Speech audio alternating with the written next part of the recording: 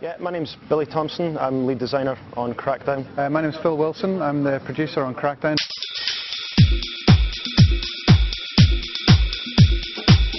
Crackdown's made by Real Time Worlds. That's headed up by Dave Jones. Dave Jones, you might know of from his past at DMA Design. He founded DMA Design.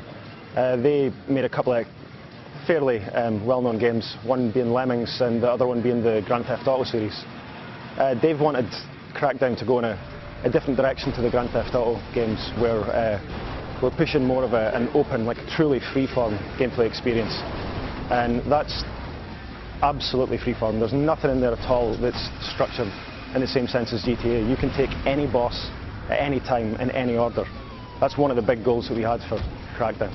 Everything in Crackdown, I mean, the idea was to turn it all up to 11, so everything's over the top. From the agent character designs, you know, every one of those 8 characters you get to choose from at the start of the game, they're very extreme characters. And again, the boss characters, we've got 21 gang bosses in the game. They're all very extreme characters. I mean, the last guy, I say the last guy, you can take him on whenever you want, but they're like the toughest guy in the game is a guy called Wang, who's just this kind of elderly gentleman, but he's pretty badass when you take him on in a fight. So they're all, you know, really kind of different kinds of characters in the game. The idea of the different gangs is we've got one called Los Muertos, which is more like street punk kind of guys. We've got the Volk, which are kind of an industrial gang. They've got a military background. All the gang bosses have military experience, and they bring military vehicles and big explosives into the gang. And then we've got the Shai Gen, who are the corporation headed up by Wang.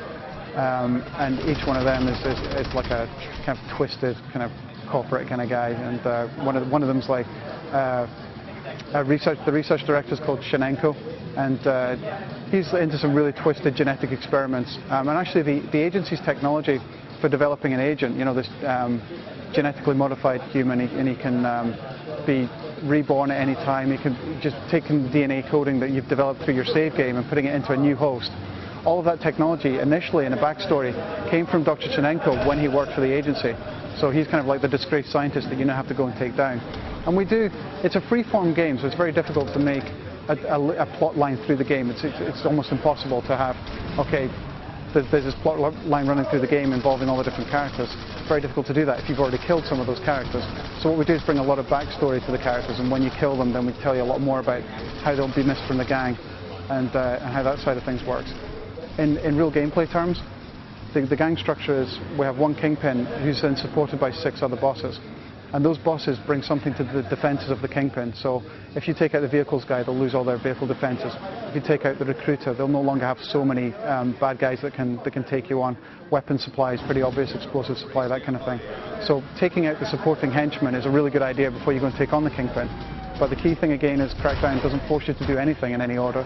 So somebody who's really skilled at the gameplay, the game can take on the top boss right at the start of the game. Just go to the skyscraper, knock on the door with a low-level agent. It takes a long time, but if you're skilled enough, you can go in there and kill the ultimate boss straight away. Everything is there and can be explored from day one. There's nothing locked. Everything that you can see is there to be explored. Every rooftop is there to be explored as well. The whole thing is a 3D platform game. It's a complete playground for the player to go around and use the kind of increased agility abilities that the agent will have as he progresses through the agility skill. And I don't think there's anything out there right now in this genre that gives you the kind of 3D platform experience that Crackdown does.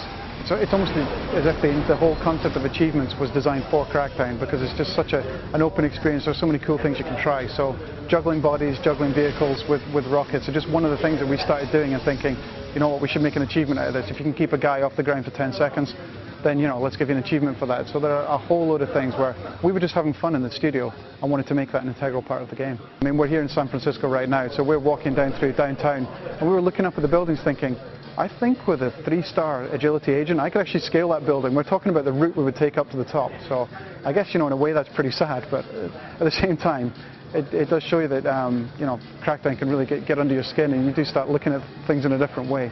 That's cool. We're really happy with it.